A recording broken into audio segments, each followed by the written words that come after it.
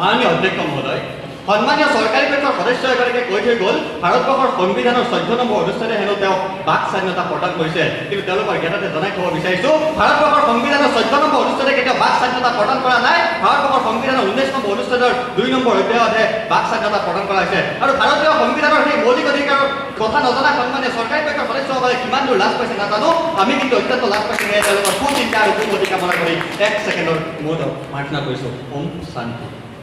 তস্মিন বসতি দুষ্টাত্মা নৰক নামং দানৱ। মাননীয় অধ্যক্ষ মহোদয়, এনেদৰে যেতিয়া আদিকাব্য ৰামায়ণত অসমৰ নৃগোষ্ঠীসকলৰ পৰিচয় দাঙি ধৰিবলৈ গৈ কোনো দুষ্ট আত্মা অথবা দানৱৰ লগত তুলনা কৰা হয়, তেতিয়াই অৱদমিত হৈ পৰে অসমৰ জাতীয়তাবাদ। 1908 চনত মহাত্মা গান্ধী দ্বাৰা ৰচিত হিন্দ স্বৰাজ নামৰ গ্ৰন্থখনত পোল ফুল পিণ্ডাৰীৰ বাসস্থান বুলি এইখন অসমক যেতিয়া উল্লেখ কৰা হয়, তেতিয়াই অৱদমিত হৈ পৰে অসমৰ জাতীয়তাবাদ। মাননীয় অধ্যক্ষ মহোদয়, অংগৰাজ পাপন মহন্তই তোৰ ঘৰ ইপাৰত মোৰ ঘৰ সিপাৰত কোৱাৰ আগতে যেতিয়া গোৱালপৰীয়া লোকগীত ভাৰতবৰ্ষৰ বিভিন্ন সংস্কৃতিৰ লগত ফিউজন হোৱাৰ নামত কনফিউজন সৃষ্টি কৰে, তেতিয়াই অৱদমিত হৈ পৰে অসমৰ জাতীয়তাবাদ। আৰু এনেকুৱা ঘটনাৰ পৰিপ্ৰেক্ষিতত উত্থাপিত বিধেয়কখন তীব্ৰৰূপে বিৰোধিতা কৰিছোঁ আৰু বিৰোধী পক্ষৰ আসন গ্ৰহণ কৰিছোঁ। মাননীয় অধ্যক্ষ মহোদয়, বিধেয়কখনৰ গভীৰতালৈ যোৱাৰ পূৰ্বে সন্মানীয় চৰকাৰী পক্ষৰ সদস্যসকলে মোক এটা প্ৰশ্নৰ উত্তৰ দিয়ক। তেওঁলোকে ভাৰতবৰ্ষৰ মুখ্য ধাৰা মানে পশ্চিমবংগৰ কথা কৈছে নে অধ্যক্ষ মহোদয় পাঞ্জাৱৰ কথা কৈছে? তেওঁলোকে তামিলনাডুৰ কথা কৈছে নে অধ্যক্ষ মহোদয় তেওঁলোকে উত্তৰ প্ৰদেশৰ সভ্যতা সংস্কৃতিৰ কথা কৈছে? সেই কথা কিন্তু স্পষ্ট কৰি দিয়াৰ প্ৰয়োজনীয়তা আছিল।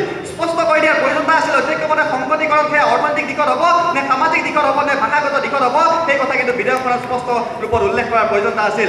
অধ্যক্ষ মহোদয়, যদি সন্মানীয় চৰকাৰী পক্ষৰ সদস্যসকলে কোৱাৰ দৰে মিলিব লাগে আৰু মিলোৱাটোৱেই যদি সংকটীকৰণ হয়, তেন্তে তেওঁলোকৰ জ্ঞানেৰে জনাই থব বিচাৰিছোঁ সেই মিলোৱা প্ৰক্ৰিয়াই কিন্তু সম্পূৰ্ণৰূপে অৱদমিত কৰিব অসমৰ জাতীয়তাবাদক। কাৰণ কিয়নো অসমীয়া সমাজ জীৱনত কেতিয়াও শংকৰদেৱক বা গুৰু শংকৰদেৱক বাবা শংকৰদেৱ বুলি সম্বোধন কৰা নহয়, অথবা বীৰ লাচিতক হিন্দু বীৰ বুলি প্ৰস্তুত কৰাৰ এক পৰিকল্পনা কৰা নহয়। মাননীয় অধ্যক্ষ মহোদয়, সন্মানীয় চৰকাৰী পক্ষৰ সদস্যসকলে জ্ঞানেৰে জনাই থব বিচাৰিছোঁ যিটো সময়ত ৰথযাত্ৰা বলবমৰ উৎসৱসমূহ সমগ্ৰ অসমবাসীৰ ওপৰত জাপি দিয়া হৈছে, সেইটো সময়তে কিন্তু আজি পৰ্যন্ত ৰাষ্ট্ৰীয় প্ৰেক্ষাপটলৈ তুলি ধৰাৰ কোনো ব্যৱস্থা কৰা হোৱা নাই অসমৰ বিহু অথবা আলি আই লৃগাঙৰ দৰে উৎসৱসমূহ। শংকৰাচাৰ্য অথবা মীৰাবাই দোহা আৰু বাৰীসমূহ যিটো সময়ত ভাৰতবৰ্ষৰ এক জাতীয় জীৱনৰ স্তম্ভৰূপে গঢ়ি তোলাৰ প্ৰয়াস কৰা হৈছে, সেইটো সময়তে কিন্তু মাধৱদেৱ আৰু শংকৰদেৱৰ দ্বাৰা ৰচিত বৰগীতসমূহক সম্পূৰ্ণৰূপে উপেক্ষিত কৰা হৈছে। আৰু সেইকাৰণে বিৰোধিতা কৰিবলৈ বাধ্য হৈছোঁ উত্থাপিত বিধেয়কখন, কিয়নো অধ্যক্ষ মহোদয় শংকৰাচাৰ্য মোৰ কেতিয়াও গুৰু হ'ব নোৱাৰে, মোৰ গুৰু সদায় শংকৰদেৱে। মাননীয় অধ্যক্ষ মহোদয়, সন্মানীয় চৰকাৰী পক্ষৰ সদস্যসকলে প্ৰতিটো সময়তে যি সময়ত প্ৰসংগ উত্থাপন কৰিছে ভাৰতবৰ্ষৰ মুখ্য ধাৰাৰ লগত সংকটীকৰণৰ কথা,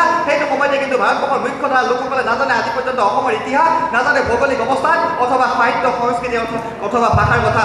1827 চনতে ব্ৰিটিছৰ বিৰুদ্ধে যদি প্ৰাণ আহুতি দিছিল এইখন অসমৰ গুণদৰ্পৰে, কিন্তু ভাৰতবৰ্ষৰ প্ৰথমগৰাকী শ্বহীদ হিচাপে মুখ্য ধাৰাৰ ব্যক্তিসকলে আজি পৰ্যন্ত গুণদৰ্পৰক স্বীকৃতি প্ৰদান নকৰিলে। বৰঞ্চ অধ্যক্ষ মহোদয় 1857 চনত প্ৰাণ আহুতি দিয়া মংগল পাণ্ডেকে আজি পৰ্যন্ত জনা যায় ভাৰতবৰ্ষৰ প্ৰথমগৰাকী শ্বহীদ হিচাপে। যেতিয়া দেশৰ ৰাজধানী চহৰ নতুন দিল্লীত এইখন অসম তথা উত্তৰ পূৰ্বাঞ্চলৰ খিলঞ্জীয়া জনগোষ্ঠীৰ লোকসকলক বিশেষ নামেৰে সম্বোধন কৰা বন্ধ নহয়, যাক মহামান্য উচ্চতম ন্যায়ালয়েও নিষেধাজ্ঞা আৰোপ কৰিবলৈ বাধ্য হৈছে। যেতিয়া অধ্যক্ষ মহোদয় তেওঁলোকক চীন নাইবা ম্যানমাৰৰ পৰ্যটক বুলি জ্ঞান কৰাৰ প্ৰৱণতা ত্যাগ নহয়, যেতিয়া অধ্যক্ষ মহোদয় উত্তৰ পূৰ্বাঞ্চলত বাস কৰা কোনো পৰম্পৰাগত সাজ পৰিধান কৰি যোৱাৰ বাবে দিল্লীৰ গল্ফ ক্লাবত প্ৰৱেশত বাধা আৰোপ কৰি দিয়াৰ দৰে ঘটনাসমূহ নাইকিয়া নহয়, তেতিয়ালৈকে কিন্তু অসমৰ মুখ্য ধাৰাৰ লগত সংকটীকৰণে সম্পূৰ্ণৰূপে অৱদমিত কৰি পেলাব জাতীয়তাবাদক। মাননীয় অধ্যক্ষ, ৰাষ্ট্ৰীয় আৰু আন্তঃৰাষ্ট্ৰীয় প্ৰেক্ষাপটসমূহলৈ লক্ষ্য কৰিলে দেখিব যিটো সময়ত পশ্চিম পাকিস্তানৰ লগত পূব পাকিস্তানৰ সংকটীকৰণৰ এক প্ৰক্ৰিয়া স্বৰূপে যি কাৰ্যপন্থা গ্ৰহণ কৰা হৈছিল, তাৰ ফলশ্ৰুতিত কিন্তু বঙালীসকলৰ জাতীয়তাবাদ সম্পূৰ্ণৰূপে নাইকিয়া হৈ পৰিছিল। ঠিক একেদৰে এইখন ভাৰতবৰ্ষতে কিশোৰীসকলে পশ্চিমবংগৰ পৰা অহা বঙালীসকলৰ আগ্ৰাসনক যেনেদৰে সংকটীকৰণৰ নামত মানি লৈছিল, তাৰ ফলশ্ৰুতিতে কিন্তু আজিও ত্ৰিপুৰীসকলে ইতিহাসৰ পাতৰ পৰা বিলীন হৈ যোৱাৰ দৰে উপক্ৰম ঘটিছে। আৰু এইখন অসমতে যেতিয়া অধ্যক্ষ মহোদয় পাহাৰত বাস কৰা গাৰো খাচী মিজুসকলৰ লগত সংকটীকৰণৰ এক প্ৰচেষ্টা অসমৰ মুখ্য ধাৰাৰ ব্যক্তিসকলে কৰিছিল, তেতিয়া কিন্তু সেই জনগোষ্ঠীসমূহৰ জাতীয়তাবাদ সম্পূৰ্ণৰূপে নাইকিয়া হৈ পৰিছিল। আৰু সেইকাৰণে পুনৰবাৰ বিৰোধিতা কৰিছে উত্থাপিত বিধেয়কখন। আৰু ইমানখিনি কথা কোৱাৰ পিছত যদি সন্মানীয় চৰকাৰী পক্ষৰ সদস্যসকলে নিজৰ মততে আক্ৰমণ হৈ থাকে, মই আপোনাক অনুৰোধ জনাম এনে চাব প্ৰতিনিধিত্ব কৰা প্ৰত্যেকগৰাকী ব্যক্তিক একোটা শাৰীত থিয় কৰাই বুজাব লাগিব, অধ্যক্ষ মহোদয় আমি ভাৰতীয় হিচাপে নিজক আঁকোৱালি ল'লে নহ'ব, ভাৰতৰ মুখ্য ধাৰাত বাস কৰা লোকসকলেও আমাক সন্মান কৰিব লাগিব আৰু আঁকোৱালি ল'ব লাগিব। ধন্যবাদ অধ্যক্ষ মহোদয়, ধন্যবাদ।